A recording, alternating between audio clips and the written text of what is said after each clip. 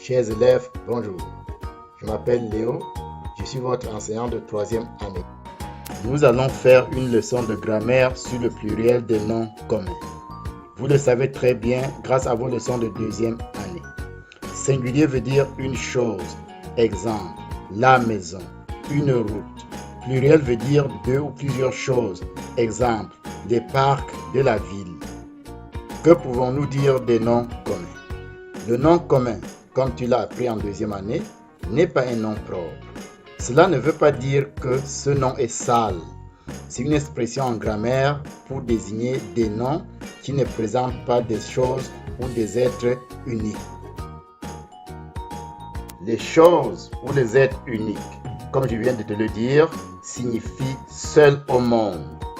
Exemple, Montréal, Jacques Cartier, les Québécois. Les noms propres commencent toujours par une lettre majuscule, alors que les noms communs n'en ont pas. Résumons ce que nous venons de voir. À ton tour, marque le panda.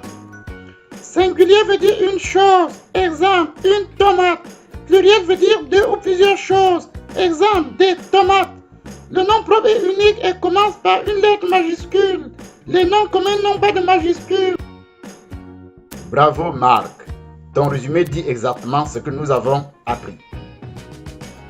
Comme nous avons fait tous les rappels nécessaires, revenons maintenant à notre sujet principal, le pluriel des noms.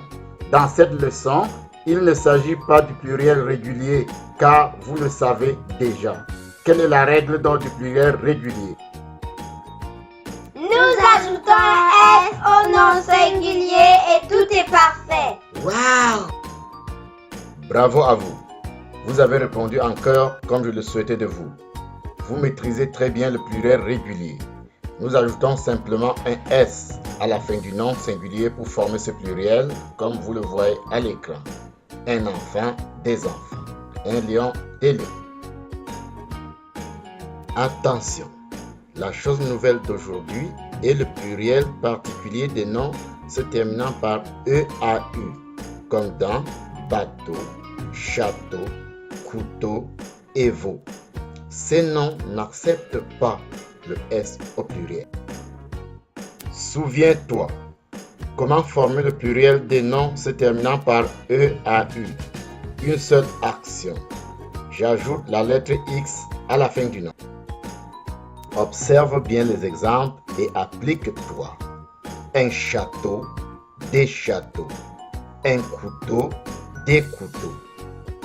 Qu'avez-vous appris, mes chers amis? Nous ajoutons un X à la fin du nom qui se termine par EAU pour former le pluriel.